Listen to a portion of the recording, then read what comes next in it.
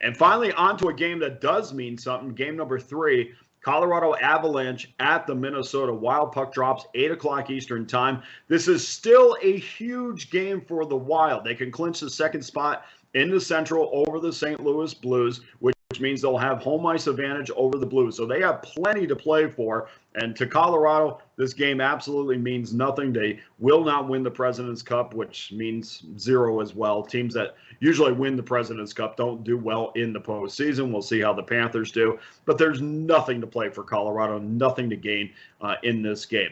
Let's take a look at the line tonight. The Wild, minus $1.10. They opened up at $1.30. Colorado did. That was certainly an adjustment after this game became meaningless to Colorado. So it's minus $1.10, and I apologize. The Wild opened up minus $1.30. It's down to $1.10. Nah, I got that backwards. All right. Wild opened up as an underdog in this one. Colorado minus 30. Now it's down to minus $1.10. So the bottom line is they made an adjustment because Minnesota has everything to play for in this game, and Colorado has nothing to play for in this game. Total 6.5 under, minus $1.20. The goaltenders tonight, Pavel Francouz will make the start for Colorado, Marc-Andre Fleury for the Minnesota Wild. And the theme of today's show seems to be motivation, and there's no doubt who will be the more motivated in this matchup. With home ice in the postseason on the line. Both teams are coming off of overtime losses.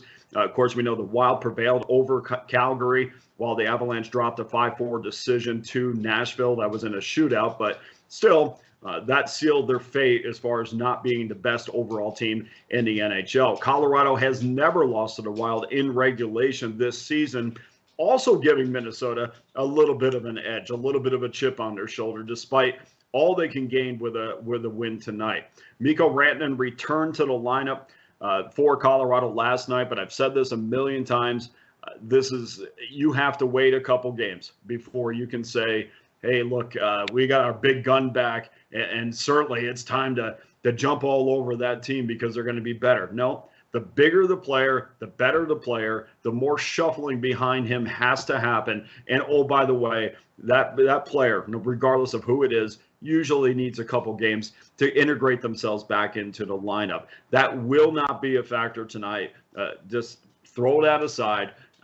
They are not going to play him big minutes. In fact, you can guarantee their big guns for Colorado will not play a bunch tonight. And we've already seen that in goal with Darcy Kemper will not get the start tonight. So it would be kind of a secondary lineup for Colorado. And even if some recognizable names do play, the guys that are used to playing 20 minutes will probably play about 15.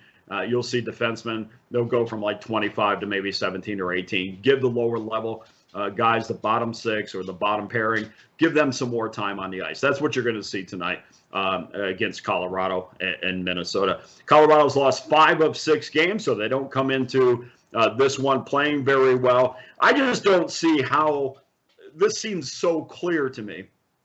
And I know, I'm the guy that says, well, the clearer the play, probably run the other way. But I just don't see it in this one. So let's take a look at tonight's official selection. The Avs will be shorthanded with nothing to play for against the Wild, who have everything to play for. We are getting a really good number on this game. Colorado's just 7-15 against Minnesota in their last 22 meetings. The home team has won 4 straight games in this series, and we're going to go with the Wild tonight, minus $1.10.